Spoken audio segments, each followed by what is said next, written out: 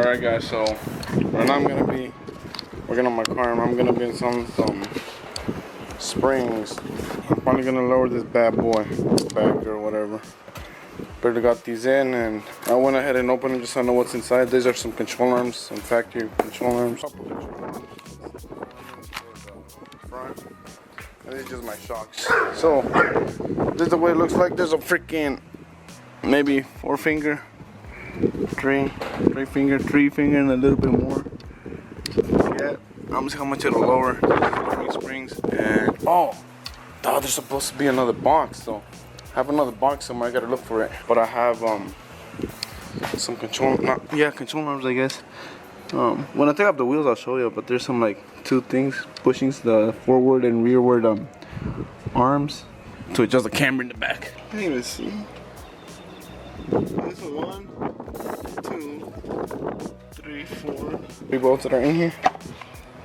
1, 2, 3. So I'm gonna go ahead and take that off so I can work on the shocks. Okie dokie, so I kind of lied. It's not the whole bar. I don't know what my dumb self was thinking. I'm trying to remove the whole bar when it's not. I'm just removing that piece.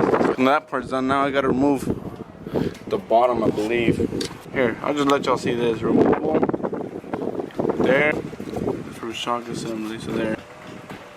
There, right there. So what I decided to do was, since me personally, I'm replacing this upper controller with the adjustable SPC Performance control arms.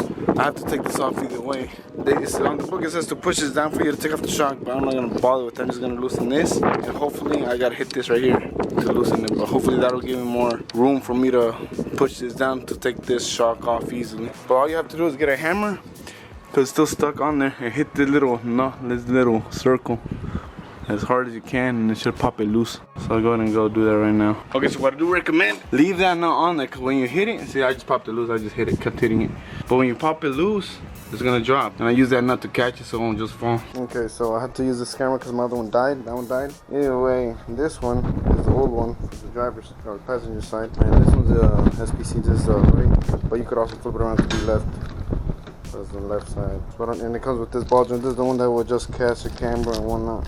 When I lower it, hopefully it'll work out. So the way I see it right here, we'll log towards this right here. So I had it at 0 basis. That looks 0 to me.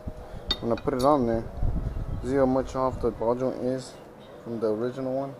Slightly over there. So what it did was I just turned this a few degrees. It's a bit, just a little more. See how bit off it is? It's just a little off. Maybe one more. So I just flip it one more.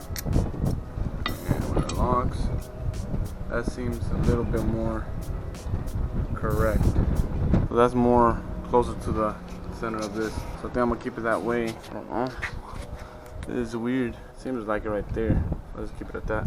I'm gonna keep that as a cast, and whenever they want to adjust camera, they just do that right here. So I'm just gonna put that up here so it can stay in place. Now what I'm gonna try to do is gonna go all the way down here to the front to match somewhere around it to match up with this one. Try to get as close as I can to that just so it can work out to OEM. Alright, so I went ahead and finished that. That's how it looks like so far. So that looks good. I don't know, I just like it. And when they adjust it, they have to loosen the stop bolt too, and they can move this back and forth. They can adjust it accordingly so they can't complain about them not being able to adjust the camber. Because that should do it right there. I'm gonna go ahead and go to the store and get the spring compressor so I can compress those springs out. I think they're the same. I think they're almost, but this one's compressed. But yeah, that's what I'm gonna do. I went ahead and took off the spring already. I went ahead and rented a spring compressor. There's plenty of videos of how to use them. There's no point in me showing y'all. So I guess the bigger, thicker side goes, I think this is the wider side. It looks wider than this. It goes to a shorter point. To a snide right here, just like that. Alright. And now the smaller spring goes through here. Up here. And I should be good to go.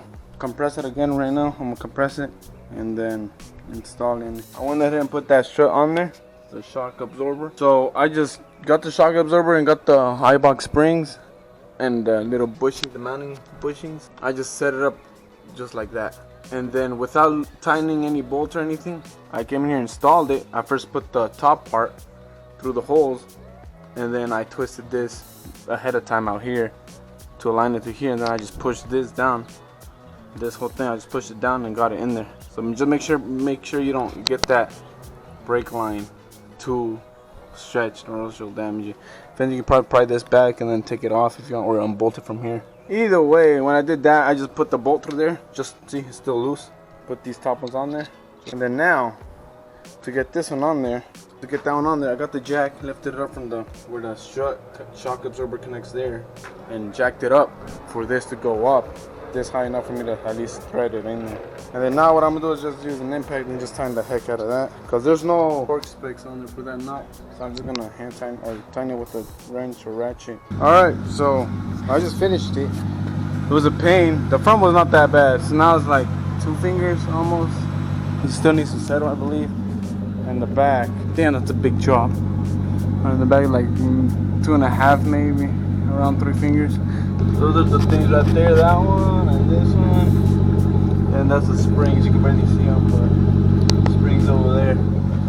Now, I had trouble putting the spring in just because I never did it before. Dude, ooh, I just can't get over it. I think this side's lower. Oh my god, this thing looks so low. That's 2 fingers. The only one I could put like 2.5. So right now, what I'm scared of is how long I'm gonna get on the thing. I don't know if I'm gonna scratch. I'm gonna put y'all outside next to that door to see if I'm even gonna scratch or not.